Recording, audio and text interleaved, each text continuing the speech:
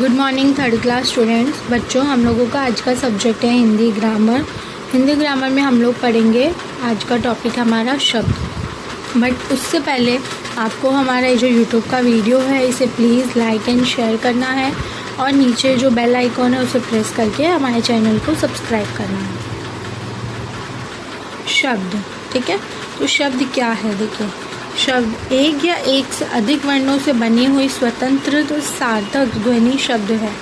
एक या एक देखिए, जैसे एक दो तीन शब्द मिला के वर्ण जो होते हैं हमारे क ख ग ढ ये सब मिला के एक शब्द बनता है। जैसे एक वर्ण से निर्मित शब्द न, ही, व और अनेक वर्णों से निर्मित शब्द कुत्ता, शेर, कमल, नयन, प्रसाद, सर्वव्यापी, परमात्मा आदि। भारतीय संस्कृति में शब्द को ब्रह्मा कहा गया है। एक से ज़्यादा शब्द मिलाकर एक पूरा वाक्य बनाते हैं। देखिए, वर्णों से मिला के अगर कुछ 3-4 वर्ण मिलाए तो वो एक शब्द होता है, और कुछ 4-5 शब्द हो जाए तो वो हमारा वाक्य बन जाता है, ठीक है। और हमारे भारतीय संस्कृति में शब्द को ब्रह्मा कहा जाता है, ठीक है। शब्द 2 प्रकार के होते हैं, सार्थक और निर्थक। हमारे जो शब्द होते हैं 2 प्रकार के होते हैं, सार्थक और निर्थक। सार्थक वे शब्द जिनका कोई अर्थ होता है, सार्थक शब्द कहलाते हैं, जैसे गाय, गाना आदि। सार्थक शब्द क्या होते हैं? जो जिनका कोई अर्थ होता है, ठीक है, जैसे गाय, गाना ये सब। निर्थक जिनका कोई अर्थ नहीं होता है वह निर्थक कहलाते हैं, जैसे दम दम, धर धर, ये सब इनका कोई अर्थ नहीं है, ठीक है। तो ये हमारे कौन से होंगे? निर्थक शब्द।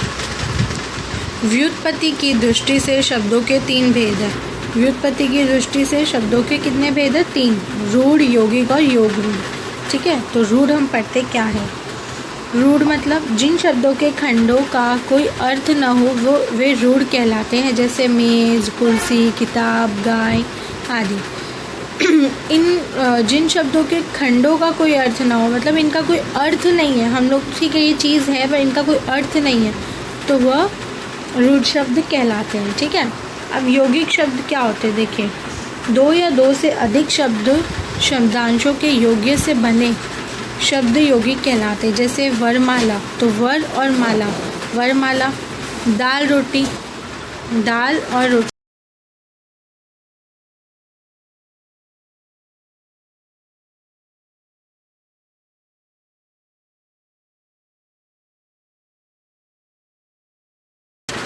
दाल और रोटी तो दाल रोटी। विद्यालय तो विद्या और आलय, विद्यालय। सुपुत्र तो सु और पुत्र। 2 शब्द को मिला के जब एक शब्द बनता है उसे हम यौगिक शब्द कहलाते हैं, ठीक है। फिर आता है योग। जो शब्द यौगिक होने पर भी किसी विशेष अर्थ को ही प्रकट करे, जैसे नीरज, ये यौगिक है पर किसी विशेष कोई अर्थ, जैसे नीर को ये प्रकट कर रहा है, ठीक है, तो ये हमारा योगरूढ़ शब्द कहलाएंगे, ठीक है। उत्पत्ति की दृष्टि से शब्द 4 प्रकार के होते हैं। उत्पत्ति की पहले हम लोगों ने किसकी दृष्टि देखी थी? व्युत्पत्ति की, ठीक है।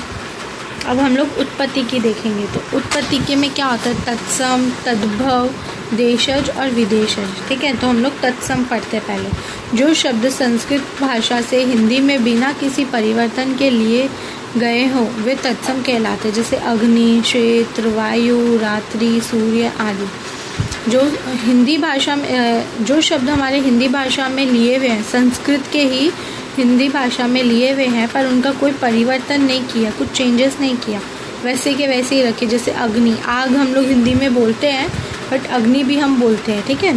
तो ये सब हमारे होते हैं तत्सम। फिर आता है तद्भव। जो शब्द रूप बदलने के बाद संस्कृत से हिंदी में आए हैं वे तद्भव कहलाते हैं, जैसे आग, अग्नि, खेत, श्वेत, रात, रात्रि, सूरज, सूर्य आदि। जो शब्द हमारे हिंदी में हो गए हैं, बदल गए हैं, मतलब कि संस्कृत भाषा से हम लोगों ने हिंदी में यहाँ पे बदल दिए, उसे हम बोलेंगे तद्भव, ठीक है। देशज। जो शब्द क्षेत्रीय प्रभाव के कारण परिस्थिति व आवश्यकता अनुसार बनकर प्रचलित हो गए हैं वे देशज कहलाते हैं, जैसे पगड़ी, गाड़ी, थैला, पेट, खटखटाना आदि। जो हमारे देश के, ये तो हमारे देश के शब्द है, जैसे पगड़ी, ये सब जो देश के शब्द है वो देशज कहलाते हैं, ठीक है।